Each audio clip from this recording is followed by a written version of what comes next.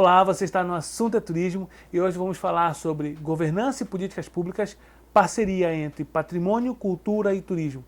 Entender quais os benefícios que a governança pode de fato trazer para esses setores, como eles se relacionam, quais possibilidades que esses atores também têm em contribuir de forma muito efetiva e muito real para a atividade turística dentro de um determinado destino.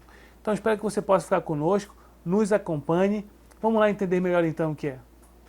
Então vamos continuar falando sobre governança e políticas públicas, parceria entre cultura, patrimônio e turismo. A intenção nossa aqui não é trazer conceitos de patrimônio, conceitos de cultura, explicando o que é um e o que é outro, ou então trazendo conceitos de turismo os mais diversos.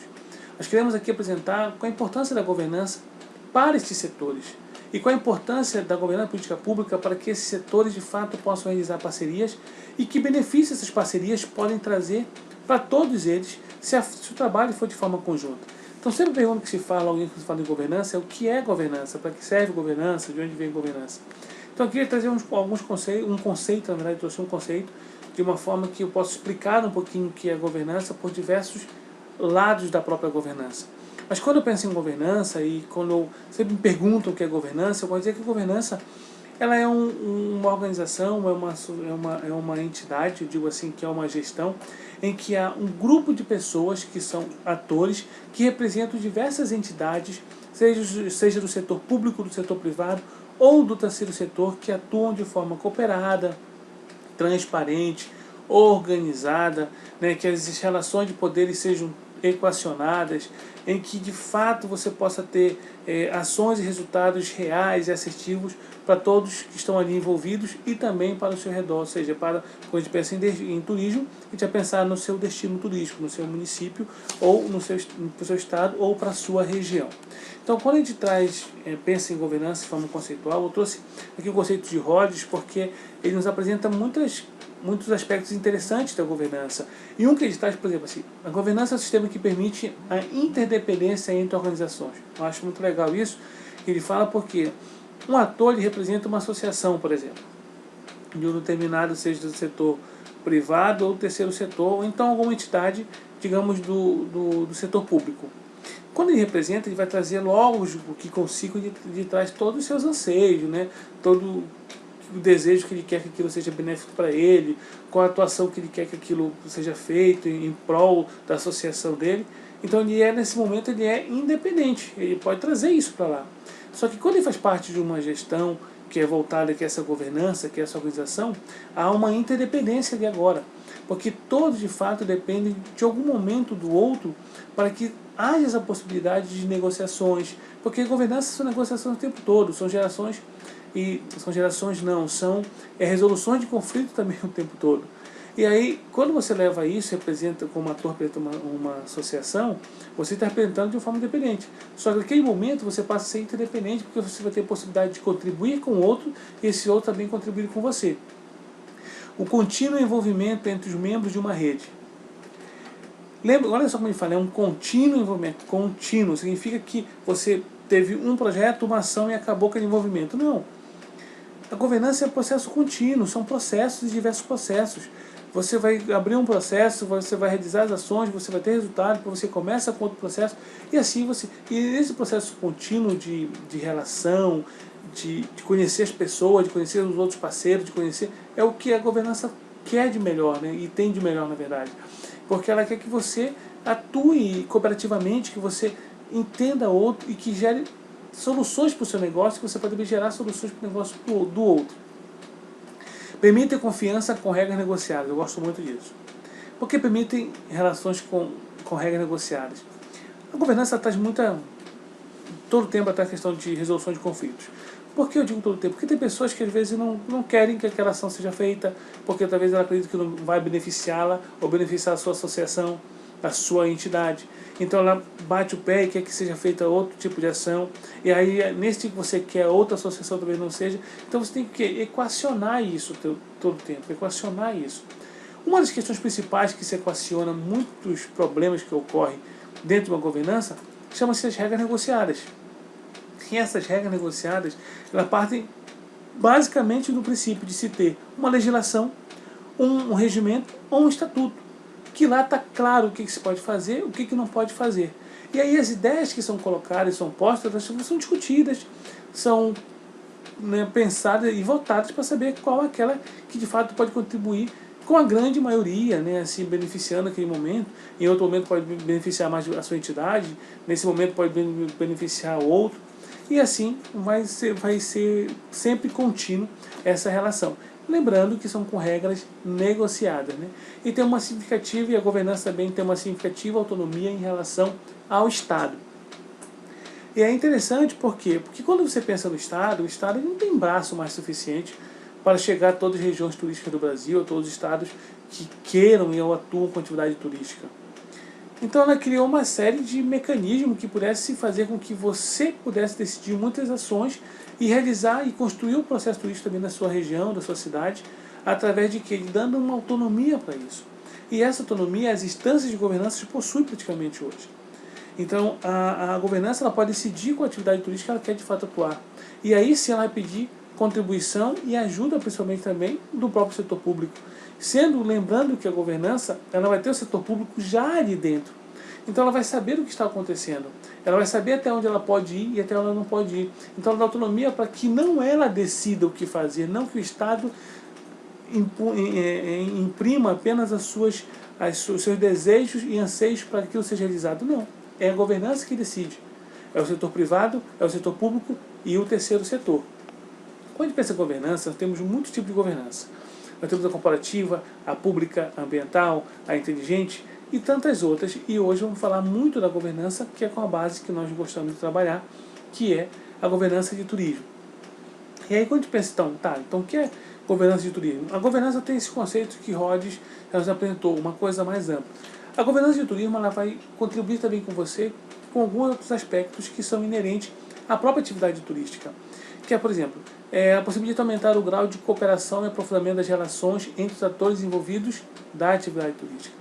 Ela impulsiona isso, ela possibilita isso. Possibilita que o hotel se comunique muito mais com a agência, que a agência se comunique muito mais com o guia, que o guia se comunique muito mais com os atrativos turísticos. Isso sempre através das suas associações, desses atores que ali representam. Então você começa a compreender o que o outro faz de melhor e o que você também pode fazer de melhor e como é que você pode unir forças gerando melhorias para o seu negócio, melhorias para a região e melhorias para o seu município. E, consequentemente, você consegue ter um trânsito muito maior da atividade turística de forma funcional, em que ali há uma organização de melhoria de todos os setores que atuam diretamente com a atividade turística ou indiretamente também com a atividade turística. Você contribui com o crescimento da competitividade, seu destino se torna muito mais competitivo, o seu próprio negócio às vezes fica muito mais competitivo, oportuniza superar os desafios do destino, né? Ou seja, você vai ter desafio o tempo todo são desafios para você dentro do destino. Então a governança ela vem contribuir para que esses desafios sejam superados.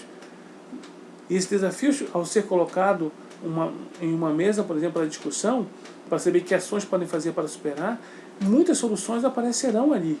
E aí entender qual a solução mais viável para que as ações ocorram de forma muito assertiva e que os resultados sejam de fato resultados positivos e resultados reais, né? Também sempre pensando em resultados reais, né?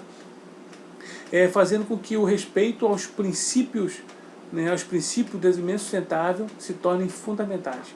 E aquela questão, o turismo, o patrimônio e a cultura, eles estão envolvidos também dentro do próprio processo de uma governança.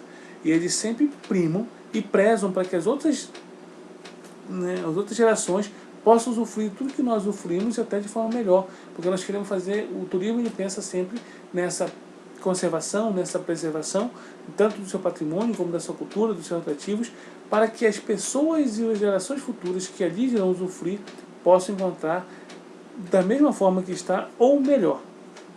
A intenção é que sempre esteja melhor, né? Então, quando a gente começa a trabalhar governança e trazer governança para as cidades históricas, turísticas e patrimônio mundial, qual a possibilidade então que a governança tem de contribuir com esses atores, contribuir com estes setores, contribuir com quem atua com a cultura, contribuir com quem atua com o patrimônio e contribuir com quem atua com o turismo? Então vejam só, quando eu penso primeiramente nas dificuldades que quem é da cultura e quem é do patrimônio pensa em relação ao turismo, talvez eu sempre me remeta à questão de um turismo não responsável. A preocupação, de fato, com a depredação do seu patrimônio, né, com o não respeito à sua cultura, o desrespeito, de fato, com a cultura do local, né, assim, com a identidade local. Então, isso é uma preocupação que você tem muito, e eu percebo muito isso, e não sei se você tem percebido, até comenta aqui com a gente, se você também tem percebido esse processo de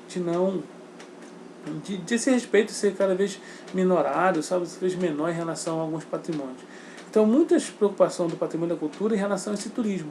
Agora eu digo para vocês uma coisa de carteirinha, de fato que aumentou a quantidade turística, mas o turismo que é de fato responsável, que é de fato profissional, ele tem um entendimento muito claro que ele necessita urgentemente, arduamente, cotidianamente, de um patrimônio preservado, conservado e de uma cultura que de fato tenha uma identidade e que aquilo a gente possa perceber e utiliza isso a nosso favor do turismo. Então, essa parceria que a governança quer que tenha, que haja, que ocorra. Porque quando você começa a pensar no trabalho cooperado, você vai ter o seguinte, que os olhares e interesses podem até ser diferentes, mas o objetivo deve ser sempre o mesmo desses atores, seja do patrimônio, seja da cultura, ou seja do turismo, que é a preservação e conservação do ambiente, pluralidade dos patrimônios culturais e naturais e envolvimento permanente dos atores. Então, isso é uma coisa que nós buscamos o tempo todo e queremos que quem é da cultura, quem é do patrimônio, também compreenda que há esse envolvimento. E quem é do turismo tem que compreender também claramente a necessidade que há da cultura e do patrimônio para que isso seja sempre preservado e conservado para as gerações de hoje, que é para as gerações de futuro e principalmente para quem está também atuando hoje. E aí tem algo que eu sempre uso como reflexo, né, como reflexão em relação a essa cultura, patrimônio e turismo. Para que eu tenha uma equação que me dê desenvolvimento, me dê crescimento, me dê possibilidade real de melhoria na condição de todos que estão envolvidos com o turismo, é através de quê? De parceria. E para isso tem que ter alguns aspectos que tem que levar em consideração. E esse aspecto tem que estar muito atento, não somente quem é do turismo, não somente quem é da cultura, ou não somente quem é do patrimônio, mas sim todos que estão envolvidos, para que essa parceria seja uma solidificação em que a governança permite isso. Porque se você pensar, esses atores estão todos dentro de uma governança. Esses atores estão conversando às vezes entre si, mas conversando pouco, ou então não demonstrando de fato o seu real interesse. Ou então estão ali apenas para dizer que estão. A intenção da governança não é essa. É criar um elo de fato de ligação. É fazer com que há de fato e haja uma conversa, informações sejam transmitidas, uma cooperação, uma transparência e um envolvimento real e factual destes setores. Então vamos pensar que a governança possibilita que haja um olhar diferenciado para esses setores ali dentro da governança. Por exemplo, conhecimento e informação. Não significa que quem é do patrimônio não conhece seu patrimônio, quem é da cultura não conhece sua cultura e quem é do turismo não conhece suas atividades turísticas.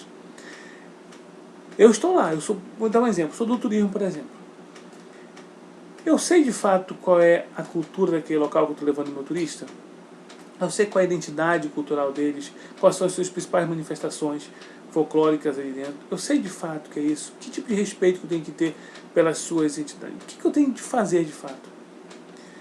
Patrimônio, esse patrimônio pode ser visitado, esse patrimônio eu consigo levar meu turista todos os dias lá, eu consigo ter. Como é que está esse patrimônio? Agora, quem é da cultura e do patrimônio? Pô, gente, eu preciso melhorar meu destino, eu preciso trazer mais pessoas para cá.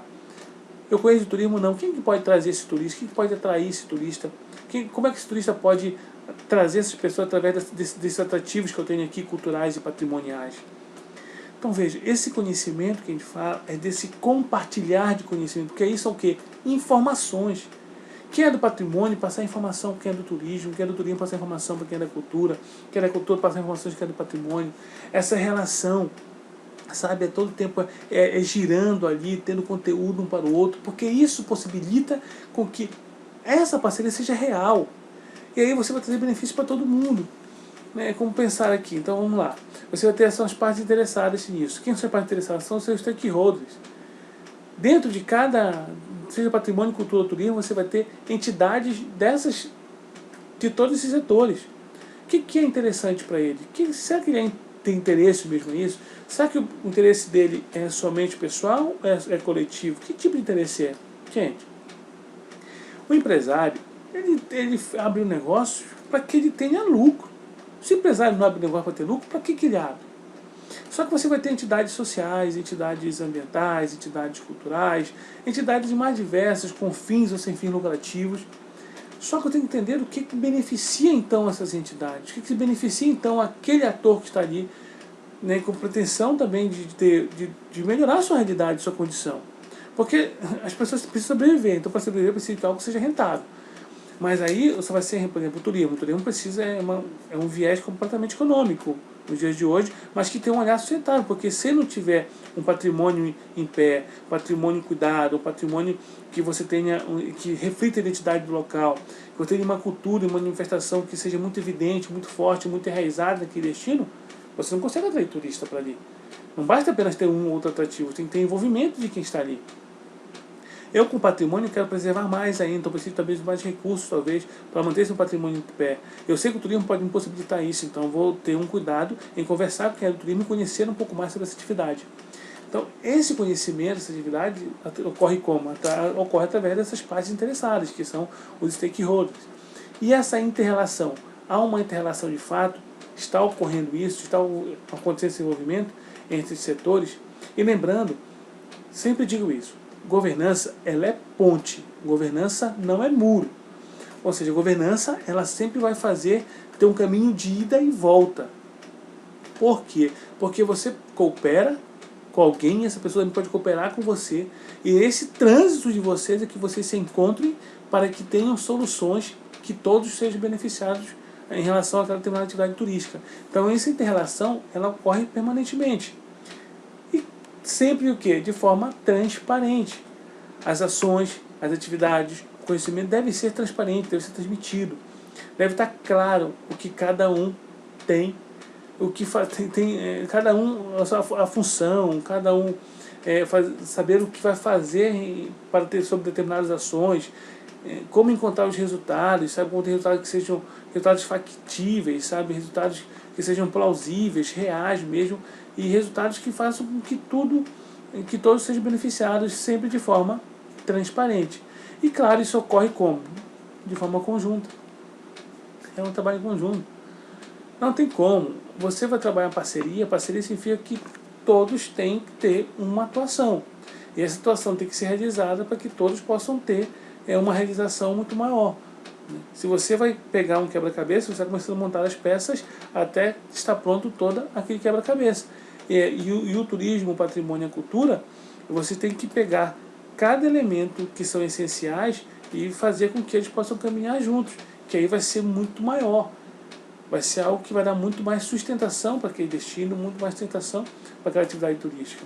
Quando nós olhamos para o turismo, para o patrimônio e para a cultura, dentro da governança, podemos pensar que a governança pode servir dessa forma. Eu tenho, por exemplo, aqui, quem faz parte da governança? São as entidades dos setores público, privado e terceiro setor. Quando eu olho pensando nos setores, parece que a cultura e o patrimônio sempre estão mesmo interligados, né? Juntinhos ali, estão sempre caminhando juntos, para que a compreensão seja sempre maior. E parece que é uma separação, às vezes, com a própria atividade turística. É como se essa relação tivesse um murozinho, sabe? Um pouquinho de dificuldade de se encontrar.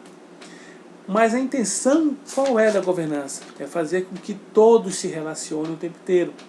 Com que todos tenham essa inter-relação, essa comunicação transparente, essa transposição, né, assim, de conhecimento, que você pule alguns muros se tiver ali, tudinho, e possa levar esse conhecimento para outro.